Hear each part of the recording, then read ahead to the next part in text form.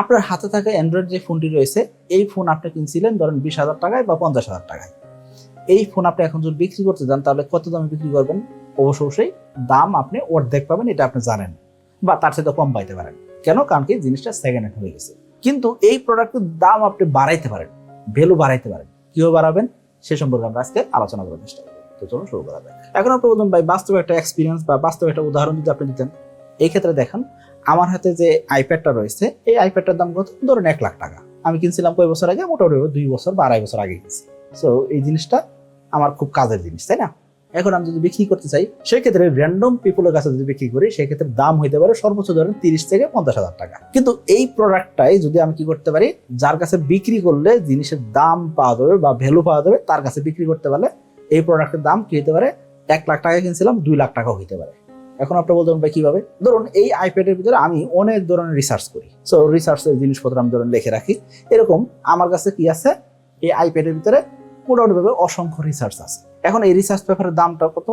দামটা নির্ভর করতেছে ওই আইপ্যাডের ভিতরে আছে দেখে রিসার্চ পেপারের দাম বেশি। রিসার্চ পেপার তো আপনার কাছে নাই, তাই না? আমি রিসার্চ করছি, জিনিসটা আমার কাছে মূল্যবান। এখন এইরকম যদি কারো কাছে বিক্রি করা যায় যার কাছে এই রিসার্চ পেপারের দাম আছে, সো অবশ্যই কিন্তু দাম পাওয়া যাবে। এই ক্ষেত্রে আমরা একটা ঘড়ির উদাহরণ দেখছিলাম, তাই না? অনেক আগে আমরা শুনছি বা ছোটবেলা আপনি শুনছেন যে কি করছে, এক বাবা বলছে তার সন্তানকে, তোমাকে একটা ঘড়ি দেওয়া হলে এই ঘড়িটা তুমি বিক্রি করে আসো। ঘড়িটা পুরাতন ঘড়ি, এই ঘড়িটা সে বাজারে বিক্রি করতে গেছে, যারা ঘড়ি বিক্রেতা আছে তাদের কাছে নিয়ে গেছে। তারা বলছে কি, ঘড়িটা তারা 10 টাকা দিয়ে কিনতেও রাজি না। এইভাবে সে বিভিন্ন জায়গায় ঘুরছে, তাই না?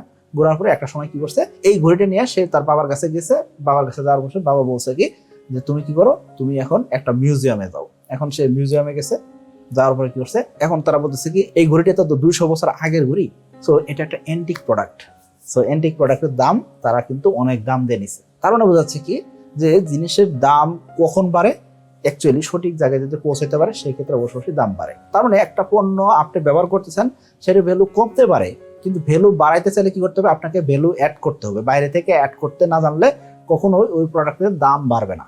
সেই প্রোডাক্টটা আপনাকে জরাজীর্ণ অবস্থায় ফেলে দিতে হবে, অথবা কি করতে হবে? কম দামে বিক্রি করতে হবে।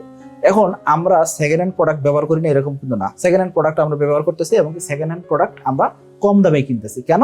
কারণ কি ওই প্রোডাক্টের ভিতরে নতুন কোনো ফিচার বা নতুন কোনো জিনিস অ্যাড হয় নাই, বা নতুন কোনো ভ্যালু অ্যাড হয় নাই। আশা করি বুঝতে পারছি। সো তার মানে আপনি যে কোনো একটা প্রোডাক্ট যদি বিক্রি করতে চান, সেক্ষেত্রে সর্বপ্রথম কি দরকার হবে? ভ্যালু অ্যাড করতে হবে। ভ্যালু যদি অ্যাড না করেন, সেই ক্ষেত্রে কাস্টমার কখনোই প্রোডাক্টটা কিনতে চাইবে না। আপনার কাছে মনে হচ্ছে কাস্টমার হয়তো প্রোডাক্টটা কিনে কিভাবে? দাম দেখে। ভুল ধারণা। কাস্টমার প্রোডাক্টের দাম দেখে কখনোই কিনে না। কাস্টমার আসলে কখন প্রোডাক্ট কিনে? কাস্টমার কাছে যখন এনাফ মানি হয়, এনাফ নিড তৈরি হয়, তখনই প্রোডাক্টটা কিনতে রাজি হয়। তার মানে কাস্টমারের ভিতরে প্রোডাক্ট কেনার জন্য আগ্রহ থাকতে হবে, পাশাপাশি ওইরকম প্রয়োজনের পাশাপাশি কি হতে হবে? কাস্টমার কাছে এনাফ মানি থাকতে হবে, টাকা থাকতে হবে। তা না হলে কখনোই কাস্টমার প্রোডাক্ট কিনবে না। সো কাস্টমার যখন প্রোডাক্ট কিনতেছে তখন কি করবে? সে ইমোশনালি প্রোডাক্ট কিনবে। ধরুন আপনার বাসায় আজকে বাজার নাই, এখন আপনি বাজার অবশ্যই করবেন। বাজারে গেছেন, দেখলেন কি প্রতি কেজি আলুর দাম ধরেন 50 টাকা। আপনি খুব দামাদামি করতেছেন। কেন? কারণ কি এই দামাদামি করে প্রোডাক্ট কিনতে হয়, আপনার কাছে ধারণা, তাই না? সো আপনার কাছে মনে হচ্ছে কি প্রোডাক্ট কেনার সময় অবশ্যই দামাদামি না করলে আপনি ঠকতেছেন।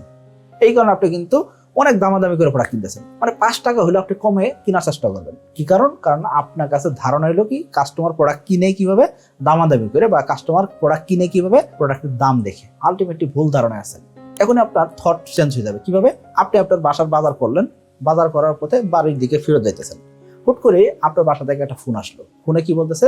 আপনার জন্য ধরুন সয়াবিন তেল কিনতে বলা হইতেছে, অথবা সরিষার তেল কিনতে বলা হইতেছে, এরকম প্যাকেটজাত কোনো একটা পণ্য কিনতে বলা হয়েছে। তো আপনি কি করবেন? আপনি একটা মুদির দোকানে যাবেন, অথবা কোনো একটা সোফা শপে ঢুকবেন।